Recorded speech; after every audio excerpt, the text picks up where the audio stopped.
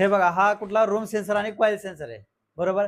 आता जर समजा आल्याला चेक करायचं म्हणलं, ठीक आहे. आता जर समजा तुमच्या मीटरमध्ये किती किलो ओम पर्यंत तुम्ही रेजिस्टन्स चेक करू शकता, हे महत्वाचं आहे. आता याच्यामध्ये बघा वेगवेगळ्या रेजिस्टन्स चेक करू शकताय.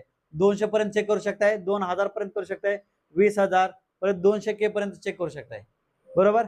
आणि 2 मिलियन पर्यंत सुद्धा याचा किलो ओम चेक करू शकताय एखाद्या पार्टचा, ठीक आहे. आता जर समजा तुम्ही 200K वरती ठेवून ह्याचा रेजिस्टन्स चेक केला तर दाखवलं का तुम्हाला? नाही दाखवणार. का नाही दाखवणार?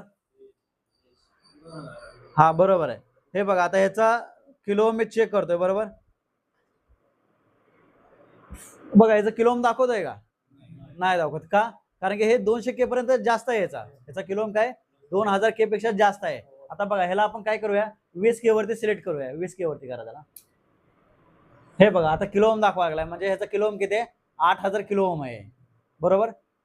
तसंच सेम जर समजा तुमच्याकडे जर समजा आपला साधा मीटर असेल असं 20K पर्यंतच, आणि सर समजा तुम्ही त्याच्यावरती डिस्चार्ज सेन्सर जर चेक करत असाल, डिस्चार्ज सेन्सरचा किलो ओम तुम्हाला दाखवणार नाही.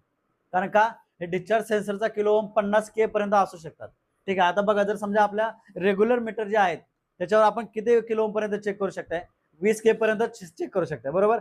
पण हे जो डिस्चार्ज सेन्सर आहे, डिस्चार्ज सेन्सरचा किलो ओम किती पर्यंत आहे? 50K पर्यंत असू शकतो, ठीक आहे. त्यामुळे तो दाखवेल का 20K वरती?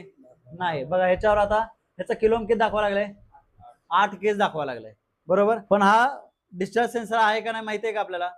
नाही. जर समजा डिस्चार्ज सेन्सर आहे पण ह्याचा किलो ओम जर कमी असेल तर मग तो तुम्हाला 20K वरती दाखवल. जर समजा ह्याचा किलो ओम जर समजा 30, 40, 35 असेल तर दाखवल का? नाही.